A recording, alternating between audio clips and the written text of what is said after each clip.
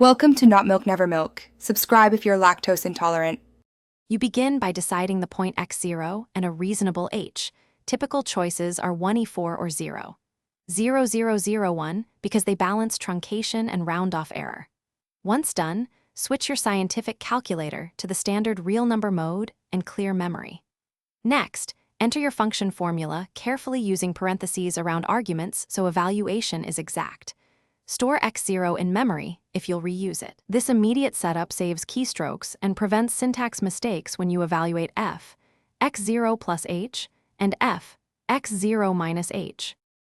Now compute x plus and x minus on the calculator. Input x0 plus h, press equals and store that result, then input x0h and store it too. Next, evaluate f at each stored value precisely, using the same formula and parentheses. Put those outputs into two memories or note them. Then compute the difference fx plus minus f, x minus. Finally, divide that difference by 2 times h. That symmetric difference quotient gives a more accurate numeric derivative than a one-sided quotient, because it cancels even error. To finish, round the computed value to the precision you need and annotate it as f letter 2b9, x0. Make sure the sign and magnitude make sense relative to the original function. If you need confidence, repeat with a different h, for instance 1/10 or 10 times your h, and compare. Consistent values indicate stability.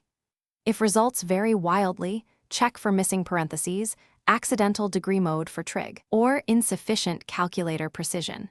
Correcting these typically resolves jumps and restores a reliable numeric derivative.